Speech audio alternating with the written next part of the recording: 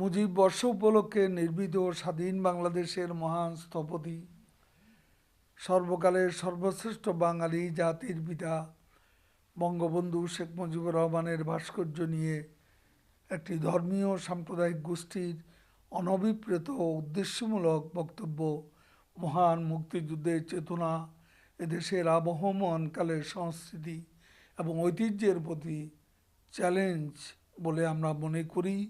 তারা ইসলামের অপব্যাখ্যা দিয়ে ধর্মপ্রিয় মানুষের মনে বিদ্বেষ ছড়ানোর অপচেষ্টায় লিপ্ত। আপনারা জানেন, স্বাধীনতা পরবর্তী এদেশে ইসলাম সম্পর্কে গবেষণা চর্চা এগিয়ে নিতে বঙ্গবন্ধুই প্রতিষ্ঠা করেছিলেন ইসলামিক ফাউন্ডেশন। ধর্মীয় শিক্ষার প্রসারে মাদ্রাসা বোর্ড পুনর্গঠন সহ ইসলাম প্রচারে তাবলিগ জামাতকে জমি প্রদান করেছিলেন। তারই সুযোগ্য কন্যা দেশরত্ন শেখ হাসিনা পবিত্র ধর্মের একজন নিবেদিত প্রাণ অনুসারী। তাহাজ্জুদ নামাজ এবং কোরআন তেলাওয়াতের মাধ্যমে যার দিন শুরু হয়, তিনি ইসলামের সাথে জ্ঞান বিজ্ঞানের সমন্বয় করে প্রকৃত ইসলামের চর্চা এগিয়ে নিতে এবং জনমানুষের ধর্মানুরাগের প্রতি শ্রদ্ধা জানিয়ে দেশের প্রতিটি উপজেলা নির্মাণ করছেন মডেল মসজিদ কমপ্লেক্স।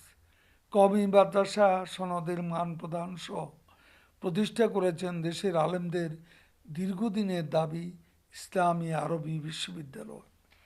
একজন ধর্মপ্রাণ প্রধানমন্ত্রী শেখ হাসিনা যখন সরকার পরিচালনার দায়িত্বে, তখন এদেশে ইসলাম বিরোধী কোনো কার্যক্রম হবে তা বিশ্বাস করার কোনো কারণ নেই। সম্প্রতি বঙ্গবন্ধুর ভাস্কর্য নিয়ে একটি ধর্মীয় সাম্প্রদায়িক গোষ্ঠী অনাহূত বিতর্কের সৃষ্টি করছে। তার ভিন্ন কোনো উদ্দেশ্যও থাকতে পারে। ইসলাম চর্চার সাথে এর সম্পর্ক নেই বলে ধর্মপ্রাণ মুসলমানরা মনে করেন। ভাস্কর্যকে তারা মূর্তি বলে অপপ্রচারে নেমেছে। তারা নিজেরাই এক ভ্রান্তিতে আছে। দেশের আলেম সমাজ এবং বিশেষজ্ঞগণ ইতিমধ্যে বারবার বলেছেন, মূর্তি আর ভাস্কর্য এক নয়। মূর্তি বা প্রতিমা তৈরি ও উপাসনার জন্য, আর ভাস্কর্য একটি শিল্পকলা, এটি নন্দন তত্ত্বের অংশ। মধ্যপ্রাচ্য সহ বিভিন্ন মুসলিম দেশে সে দেশে বীর ব্যক্তিত্ব এবং বিভিন্ন সাবজেক্ট নিয়ে ভাস্কর্য রয়েছে। বিভিন্ন দেশে মুসলিম বীরদের ভাস্কর্য রয়েছে। তুরস্কে রয়েছে জালালউদ্দিন মোহাম্মদ রুমির ভাস্কর্য। এ নিয়ে সেখানে কিন্তু কোনো কথা নেই। আমাদের দেশে একটি সাম্প্রদায়িক গোষ্ঠী মন গড়া ব্যাখ্যা দিয়ে দেশে অস্থিরতা তৈরির অপপ্রয়াস চালাচ্ছে। আমরা বলতে চাই, ইসলাম আমাদের ধর্ম। এ ধর্মে বিধিবিধানে ধর্মীয় ইস্যুতে বাড়াবাড়ির সুযোগ নেই। নিরুৎসাহিত করা হয়েছে ধর্মীয় বিষয়ে বিতর্ক করতে, নিষেধ করা হয়েছে ফিতনা ফ্যাসাদ সৃষ্টিতে। অথচ এসব করে তারা নিজেরাই ফ্যাসাদ তৈরি করতে চায়, যা প্রকারান্তরে ইসলাম বিরোধিতারই সামিল। এদেশে স্থপতির ভাস্কর্য টেনে হেসড়ে নামাবে বলে কোনো কোনো ধর্মীয় নেতা অধ্যত্বপূর্ণ বক্তব্য রেখেছেন। তাদের এমন রুচি এবং ভাষা ব্যবহার দেখে তাদের ধর্মচর্চা ইসলামী রুচিবোধের নিয়ে জনমনে প্রশ্ন তৈরি হয়েছে। দেশবরেণ্য আলেমদের ভাষা কি এমন হতে পারে? নবী রসুলদের আমরা অনুসরণ করি, কিন্তু তাদের শিক্ষা কি এমন ছিল? আপনারা জানেন, মহানবী এবং নবী কুল শিরোমণি রাসূল সাল্লাল্লাহু আলাইহি ওয়াসাল্লামের নেতৃত্বে মক্কা বিজয়ের পর পবিত্র কাবা গৃহ হতে সকল মূর্তি অপসারণ করা হয়। রাসূল সাল্লাল্লাহু আলাইহি ওয়াসাল্লাম লাত, মানাত, উজ্জা, হোবল, ওয়াদ ইত্যাদির প্রতিমা বা মূর্তি ভেঙেছিলেন, যাদের আরাধনা করা হতো। সে সময় মক্কার অন্য কোথাও ভাস্কর্য অপসারণ করা হয়নি। দেশের শিল্প, সাহিত্য, সংস্কৃতির উপরও কোনো আঘাত হয়নি। তিনি সেদিন সহনশীলতার সর্বশ্রেষ্ঠ নজির স্থাপন করেছিলেন। তার উম্মত হয়ে কেউ কেউ যা করছেন তা ইসলামের মহান উদারনৈতিক শিক্ষার অংশ হতে পারে না। ইসলামের স্বর্ণযুগে কোনো শাসক শিল্প সংস্কৃতি ধ্বংস করেননি বা এই কাজ করতে উৎসাহিত করেননি। ভাস্কর্যের সাথে ইসলামী সংস্কৃতির কোনো বিরোধ নেই। মহানবী তাই সতর্ক করে বলেছেন, তোমরা ধর্ম নিয়ে বাড়াবাড়ি করবে না, কারণ ধর্ম নিয়ে বাড়াবাড়ি করা অনেক জাতিকে ধ্বংসের মুখে ঠেলে দিয়েছে। প্রায় ৬,০০০ বছর পূর্বে হযরত মুসা আলাইহিস সালাম জামানায় নীল নদে ফেরাউনের প্রাণহানি ঘটেছিল। পবিত্র কোরআনে এই বিষয়ে বিস্তারিত বলা আছে। ক্ষুধাদ্রোহিতার শাস্তির উদাহরণ হিসেবে মানব জাতির জন্য ফেরাউনের লাশ এখনও মিশরে সংরক্ষিত রয়েছে। এই মৃতদেহে রাখা হয়েছে দৃষ্টান্ত হিসাবে। এখানে বিষয় হলো কোন উদ্দেশ্যে রাখা হয়েছে, উদ্দেশ্যটাই হচ্ছে মূল কথা। পবিত্র বুখারী শরীফে এসেছে ইন্নামাল আমালু বিন্নিয়াত, অর্থাৎ নিয়ত বা উদ্দেশ্যের উপর কর্মের ফল নির্ভরশীল। তাই আলেমগণ মনে করে মুক্তি ও ভাস্কর্যের উদ্দেশ্য এক নয়। মূর্তি দেবতার উপাসনার জন্য, কিন্তু ভাস্কর্য কোনো উপাসনার জন্য নয়, এটি নান্দনিকতা। ভাস্কর্য হচ্ছে শিল্প, কৃষ্টি, ঐতিহ্য এবং ইতিহাসের স্মারক হচ্ছে ভাস্কর্য। আপনারা দুটোকে এক করে দেখছেন কেন? হয়তো না বুঝে, নয়তো বুঝে। আমরা মনে করি একটি মহল বুঝে শুনে এই অপপ্রচার করছে দেশের শান্তি বিনষ্ট করতে।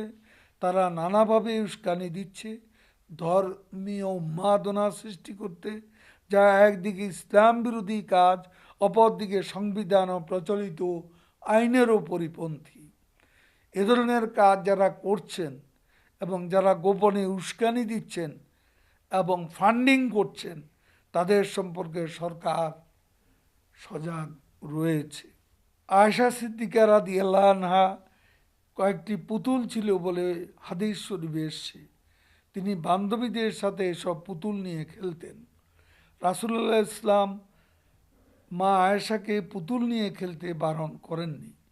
এসব উপকরণ শিরকের উপকরণ তাও বলেননি। তাই আলেমগণ মনে করেন পুতুল বা ভাস্কর্য শিরকের উপকরণ না, যতক্ষণ না এটি উপাসনার উদ্দেশ্যে বানানো হয় এবং উপাসনা করা হয়। সৌদি আরবের জেদ্দায় দি ফিস্ট নামে মুষ্টিবদ্ধ হাতের একটা ভাস্কর্য রয়েছে। মধ্যপ্রাচ্যের অন্যান্য দেশে ঘোড়া, ঘোড়সওয়ার এবং অন্যান্য জীবের ভাস্কর্য আছে। তাই বলা যায় ভাস্কর্য জীবের হোক আর জীবদেহের কোনো অংশ হোক, তা যদি উপাসনার উদ্দেশ্যে নির্মাণ করা না হয় তবে দোষের তো কিছু নেই। যারা এসব কথা বলেন তারা ছবি তুলছেন, নিয়মিত ফেসবুক, ইউটিউব সেই ছবি দিচ্ছেন। তাহলে কি ছবি তোলা এবং আপলোড করা ইসলাম বিরোধী কাজ? নিজের প্রচারের জন্য অনলাইনে নিয়মিত ভিডিও আপলোড করে ভাস্কর্যের সমালোচনা কতটুকু নৈতিক, সেটাই প্রশ্ন। পবিত্র কোরআনে সূরা সাবা 13 নম্বর আয়াতে বর্ণিত তামাসিলা এবং সূরা ইব্রাহিমের 35 নম্বর আয়াতে বর্ণিত আসনাম শব্দ দুটি এক নয়। মুফাসসিরগণ মনে করেন তামাসিলা মানে ভাস্কর্য আর আসনাম মানে প্রতিমা পূজা। এই দুটি শব্দকে উদ্দেশ্যমূলকভাবে ভুল ব্যাখ্যা করা হচ্ছে বলে তারা মনে করেন। আসুন প্রকৃত ইসলাম চর্চায় আমরা মনোনিবেশ করি, ধর্ম নিয়ে বাড়াবাড়ি করা থেকে বিরত থাকি, ধর্মকে রাজনৈতিক ইস্যুতে ব্যবহার না করি। ঈমান ইসলাম এত ঠুনকো বিষয় নয়, কথায় কথায় তা চলে যেতে পারে। সরকারের সরলতাকে কেউ যেন দুর্বলতা না ভাবেন। জনগণের শান্তি এবং স্বস্তি বিনষ্টে যে কোনো অপচেষ্টা করলে সরকার জনগণকে নিয়ে রুখে দাঁড়াবে। দেশের মুক্তিযুদ্ধ, মুক্তিযুদ্ধের চেতনা, সংবিধান এবং রাষ্ট্রবিরোধী কোনো বক্তব্য বরদাস্ত করা হবে না। মাননীয় প্রধানমন্ত্রী আগেই বলেছেন দেশে কোরআন সুন্নাহ বিরোধী কোনো আইন হবে না। তাই অন্য কোনো পথ না পেয়ে ধর্মীয় ইস্যুকে সামনে এনে ধর্মীয় সহনশীলতা বিনষ্টের যে কোনো অপচেষ্টা শেখ হাসিনা সরকার কঠোর হস্তে দমন করবে।